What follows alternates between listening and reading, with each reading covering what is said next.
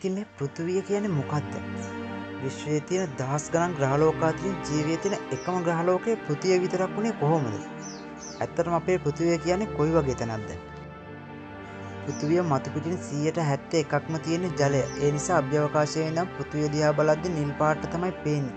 හැබැයි ඒ ජලයෙන් 97%ක්ම කරදිය. ඒ කියන්නේ ලුණු සහිත ජලය. අපිට බොන්න පුළුවන් පිරිසිදු ජලය තියෙන ඉතාම පොඩි ප්‍රමාණයක්. පෘථිවිය වටා තියෙන වායුගෝලය හරියට පරිවාරක බ්ලැන්කට්ටුවක් වගේ. ඒක සූර්යාගෙන් එන අහිතකර කිරණ වලින් අපිව බේර ගන්නවා. අභ්‍යවකාශයේ ඉඳන් වැටෙන කුඩා ග්‍රාහක බොහෝමයක් පෘථිවියට වදින්න කලින් වායුගෝලයේදීම පිච්චිලා යනවා.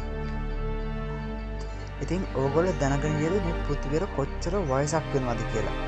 පෘථිවියට අවුරුදු බිලියන 4.5ක් විතර වෙනවා. ඉතින් වේගය ගත්තොත් එම අපි නිශ්චලව ඉන්නවා වගේ පෙනෙන පෘථිවිය තප්පරයකට කිලෝමීටර් 30ක විතර වේගයකින් සූර්යය වටා ගමන් කරනවා. උෂ්ණත්වය පෘථිවියේ වාර්තා වුණු වැඩිම උෂ්ණත්වය සෙල්සියස් අංශක 56.7ක්. ඇමරිකාවේ ඩෙත් වැලි වන අතර අඩුම උෂ්ණත්වය ඍණ සෙල්සියස් අංශක 89.2ක්. ඇන්ටාර්ක්ටිකාව වෙනවා. පෘථිවිය ඇතුළත මධ්‍ය සූර්යාගේ මතුපිට වගේම රත් වෙලායි තියෙන. මේ උෂ්ණත්වය දල වශයෙන් ගත්තොත් සෙල්සියස් අංශක 5400ක් විතර වෙනවා. පෘථිවියේ චුම්බක බලය ගත්තොත් එහෙම පෘථිවිය කියන්නේ හරියටම ලොකු කාන්දමක් වගේ. පෘථිවිය ඇතුලේ තියෙන දියර යකඩ ගලා යාම නිසා විශාල චුම්බකේශයක් නිර්මාණය වෙනවා. මේක අපේ පෘථිවිය වටා ඇති ආරක්ෂිත වැටක් වගේ. අහිතකර සෞර සුළං වලින් අපේ වායුගෝලය විනාශ නොවී ඉතිරි වෙලා තියෙන්නේ. බොහෝ දෙනෙක් හිතන් ඉන්නේ ලෝකයේ උසම කන්ද එවරස්ට් කියලා. හැබැයි ඒක මනින්න විදිහ අනුව වෙනස් වෙනවා. මුහුදු මට්ටමේ සිට බැලුවොත් එවරස්ට් කන්ද උසයි තමයි. හවායි දූපත්වල මොවුනා කියන කන්ද එවරස්ට් වලට වඩා උසයි. එහි මුළු උසින් වැඩි ප්‍රමාණයක් තියෙන මුහුද යට. පෘථිවියේ මැදේ සිට ඉක්වාදෝරයේ තියෙන චිම්බොරෝසෝ කන්දේ මුදුන තමයි අභ්‍යවකාශයට ආසන්නම ස්ථානය. ඉතින් එහෙම වෙලා තියෙන්නේ පෘථිවියේ නිරායම නිසා. ඉතින් පුදුම හිතන දෙයක් තමයි පෘථිවියේ දවසක කාලය අවුරුදු මිලියන ගණනක සිට ක්‍රමයෙන් වැඩි වීම. මීට අවුරුදු මිලියන 620කට කලින් පෘථිවියේ දවසකට තිබුණේ පැය 21.9ක් විතරයි.